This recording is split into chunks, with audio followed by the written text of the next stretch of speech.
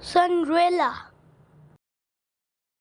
There once was a young girl named Cinderella.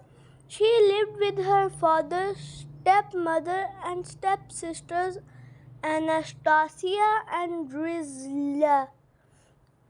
Sadly, Cinderella's stepmother and stepsisters were not very kind, and when her father died, they began to treat Cinderella like a servant.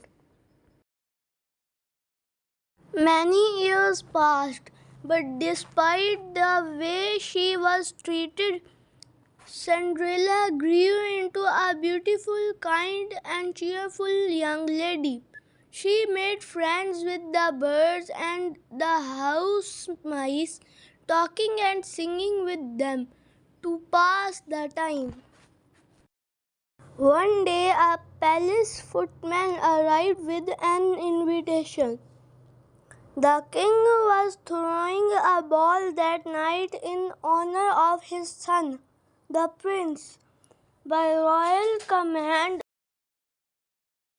At first, Cinderella was sure she could get everything done, but her stepmother and stepsisters gave Cinderella many extra tasks.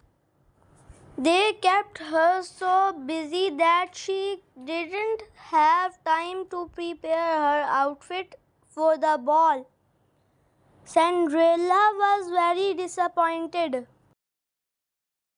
What Cinderella didn't know was that her animal friends Jack, Gus, and the others had spent the entire day turning a simple dress into a pretty ball gown for their friend. For the final touches, they added a sash and a necklace that Cinderella's stepsisters had tossed aside. Surprise, surprise, surprise, they sang as they presented the gown to Cinderella. Oh, thank you so much, she cried. Then she put on the gown and ran downstairs. The moment the stepsisters saw Cinderella's outfit, they grew absolutely furious. Why, you little thief! Shouted Anastasia. Those are my beads, and that's my sash, shrieked Drizella. The cruel girls began yanking and tugging on Cinderella's dress until the lovely gown was in tatters. With nothing to wear to the ball, poor Cinderella had to stay behind. Heartbroken, Cinderella ran to the garden and began to cry. As she wept, the air around her began to sparkle and glow, and right before her eyes, a kindly woman appeared. Dry those tears, said the woman. You can't go to the ball looking like that. And then she held a magic wand. Cinderella's eyes grew large. Then you must be your fairy godmother, the woman finished. Bibbidi bobbidi boo, she said, and with a wave of her wand, a pumpkin turned into an elegant carriage. Cinderella's animal friends became stately horses, a coachman, and a footman. Finally, her dress was transformed into a beautiful ball gown, and her shoes became dainty glass slippers. Oh, it's a beautiful dress, Cinderella exclaimed. The fairy godmother urged Cinderella to hurry off to the ball. But you must leave by midnight, she warned, for after that the spell will be broken. The palace, the ball was just beginning. The prince stood dutifully greeting each of the maidens the king had invited. Just then the prince spotted a beautiful girl standing alone on the balcony. It was Cinderella. He rushed over to her and bowed, enchanted by the lovely stranger. Cinderella and the prince spent the rest of the evening together, walking in the palace garden, dancing and gazing into each other's eyes. And before they knew it, they had fallen in love.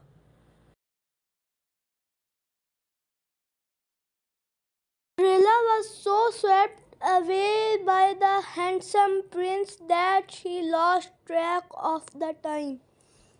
She was shocked to hear the clock striking midnight. "Oh no, I must leave you," Cinderella gasped, pulling away from the prince and running out of the palace. She flew down the grand staircase, but in her haste she left behind one of her glass slippers. Cinderella leaped into her enchanted carriage and drove away, just in time. At the final stroke of midnight, the fairy godmother's spell ended, and Cinderella, the carriage, and her animals friends were returned to their original forms. The prince found Cinderella's slipper, but not knowing her name, he had nowhere to find her. So the next morning, the king ordered the Grand Duke to visit each house in the kingdom and to try the glass slipper on every maiden. The girl whose foot fit the tiny slipper would become the princess bride. Upon hearing this news, the stepmother locked Cinderella in her bedroom. Then the stepmother slipped the key into her pocket and went downstairs to meet the Grand Duke. Once again, Cinderella's mice friends came to her rescue. They were able to steal the key from the stepmother, push and pull the key up the stairs to Cinderella's room, and finally slip it under her door. Just then Cinderella appeared. "Wait!" she called as she ran down the staircase. While footman carried the slipper towards Cinderella, but before he reached her, the stepmother tripped him. The glass slipper went flying and broke into a million pieces. "Oh no!" the Grand Duke wailed. "This is terrible." "But you see," Cinderella said softly, "I have the other one." With that, she pulled the matching slipper from her apron and slid it onto her dainty foot. It fit perfectly. The Grand Duke was delighted at last. He had found the princess, mystery maiden, and true love.